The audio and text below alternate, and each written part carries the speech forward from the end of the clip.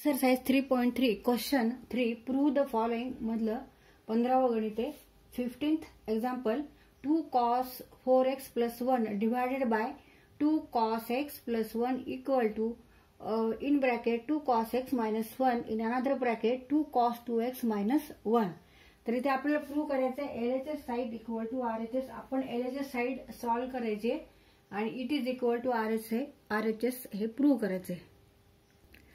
LHS side equal to 2 cos 4x plus 1 divided by 2 cos x plus 1. तर इथे आपण आता हा फॉर्म्युला वापरणार आहोत. cos 2 theta equal to 2 cos square theta minus 1.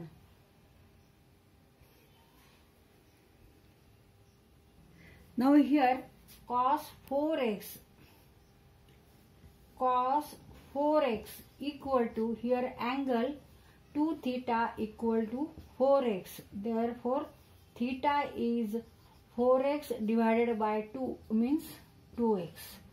Now use this formula and put value of theta equal to 2x and 2 theta equal to 4x. Cos 4x equal to 2 cos square theta is here 2x minus 1. तिथे cos 4x च्या ऐवजी आपण काय लिहिणार आहोत 2 cos square 2x minus 1.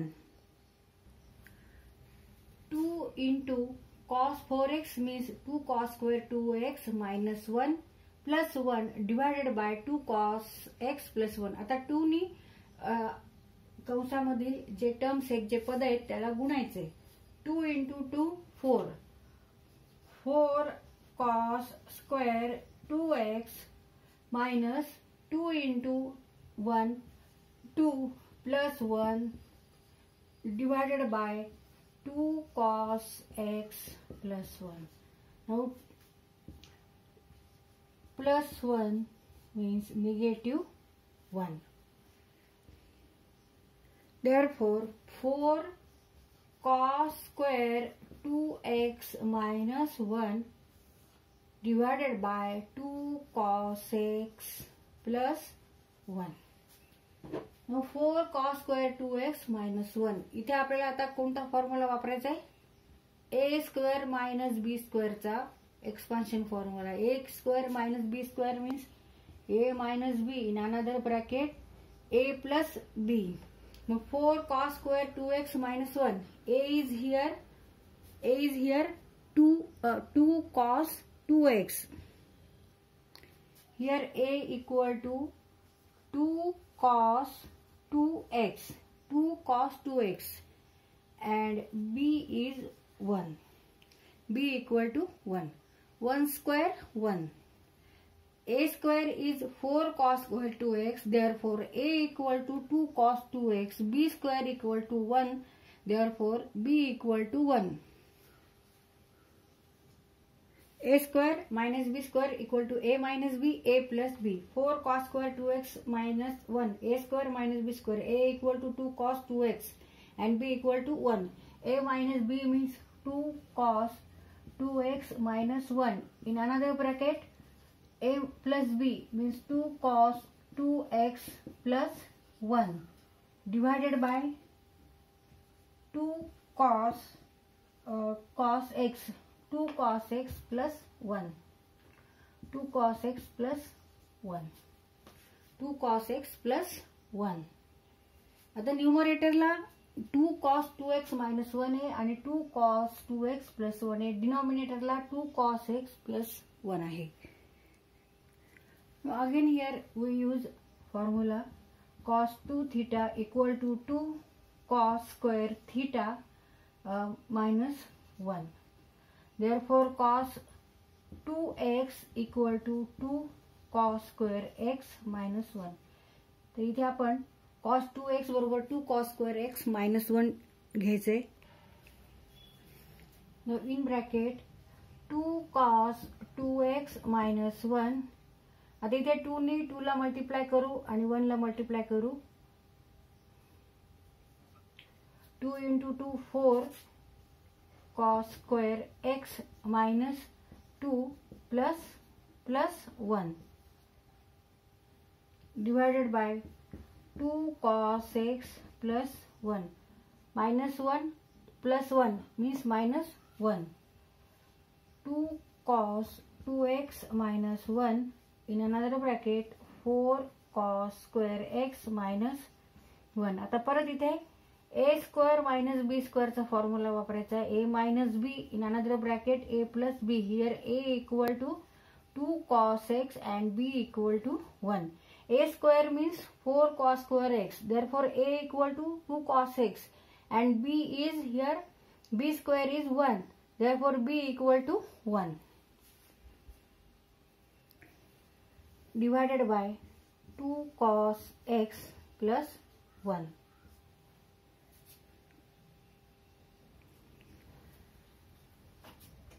a square minus b square means a minus b in another bracket a plus b. When a equal to 4 cos square x, a square equal to 4 cos square x, therefore a equal to take square root of this 2 cos x and b square equal to 1, therefore b equal to 1.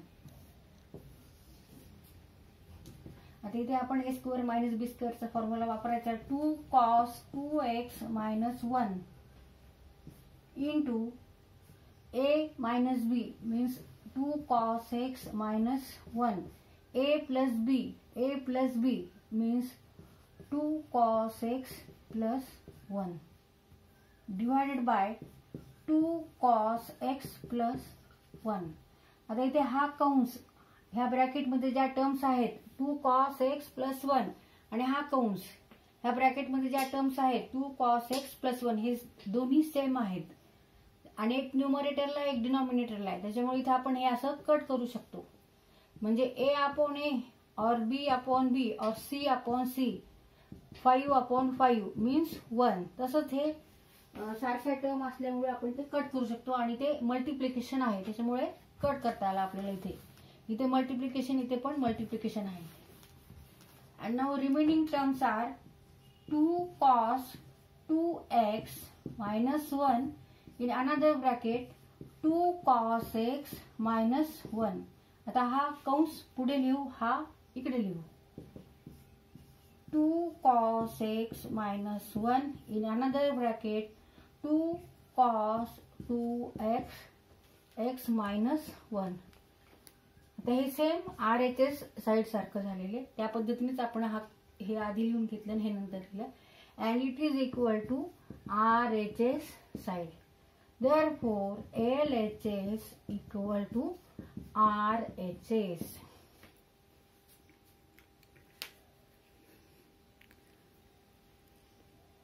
आता इथे हा question solve करताना आपण कोणकोणते फॉर्म्युले वापरले तर cos 2 theta equal to 2 cos square theta minus 1 हा formula वापरलाय. आणि दुसरा a square minus b square means a minus b in another bracket a plus b. असे दोन फॉर्म्युले आपण इथे हे एक्झाम्पल सोडवताना वापरलेले आहेत.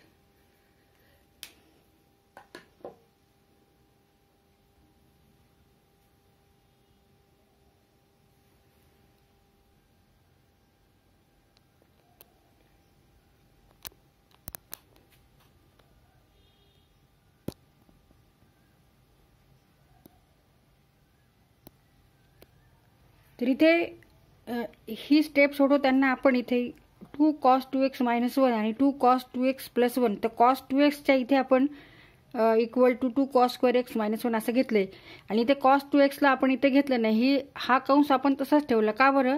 कारण इथे RHS साइडला 2 cos 2x minus 1 आहे. त्याच्यामुळे आपण इथे काहीच चेंज केला नाही. तर ऑलरेडी आपल्याला इथे मिळालेला आहे कंस. मग आता इथे फक्त हे पाहिजे होतं RHS साइडला. त्यामुळे आपण मग हे सॉल्व करण्याचा प्रयत्न केला. मग cos 2x म्हणजे cos 2 theta equal to 2 cos square theta minus 1 हा फॉर्म्युला वापरून आपण इथे ह्या पद्धतीने घेतले. मग ह्याचं मल्टिप्लिकेशन करून घेतलं. मग इथे a स्क्वेअर मायनस b स्क्वेअरचा फॉर्म्युला वापरला. a square equal to 4 cos square x, therefore a equal to 2 cos x and b square equal to 1, therefore b equal to 1. तर ह्या पद्धतीने आपण हा कंस सोडवलाय.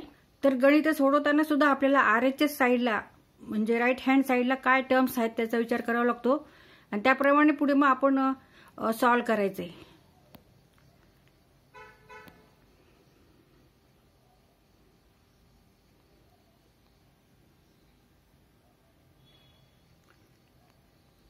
तर हे एक्झाम्पल्स तुम्ही जितकी तुम्ही प्रॅक्टिस करताल तेवढं तुम्हाला पुढली स्टेप काय घ्यायची ते समजतं. म्हणून तुम्ही गणित जास्त सोडवा, वेगवेगळ्या प्रकारचे गणित सोडवा, म्हणजे तुम्हाला फॉर्म्युले कुठे कोणता वापरायचा ते समजतं.